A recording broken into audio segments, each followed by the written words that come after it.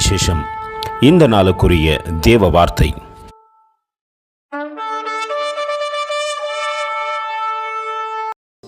The Lord will perfect that which concerned me. Thy mercy, O Lord, endured forever. Forsake not the works of thine own hands. Psalms 138:8. యెహోవా నా పక్షమున కార్యము సఫలము చేయును. యెహోవా నీ కృప నిరంతరముడును. నీ చేతి కార్యములను విడిచిపెట్టకుము. ಕೀರ್ತನ ಗ್ರಂಥಂ 138 ಅಧ್ಯಾಯ 8 ವಾಕ್ಯ. ಕರ್ತನು ನನಗಿರುವುದನ್ನು ಸಿದ್ಧಿಗೆ ತರುತ್ತಾನೆ. ಕರ್ತನೇ, ನಿನ್ನ ಕೃಪೆಯು ಎಂದೆಂದಿಗೂ ಅದೇ.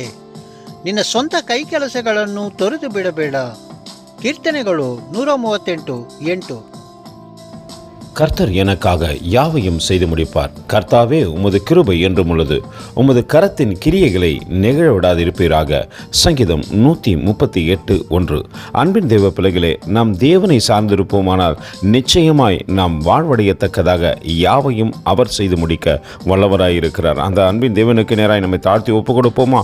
கர்த்தர் தாமே உங்களை ஆசீர்வதிப்பாராக. ஆமென். எங்களோடு கூட இணைந்து ஊழியம் செய்ய விரும்பினால் இந்த வார்த்தைகளை மற்றவர்களுக்கும் பகிர்ந்து கொடுங்கள். இது ராஜ்யத்தின் சுவிசேஷம். Thank you for watching. God bless you.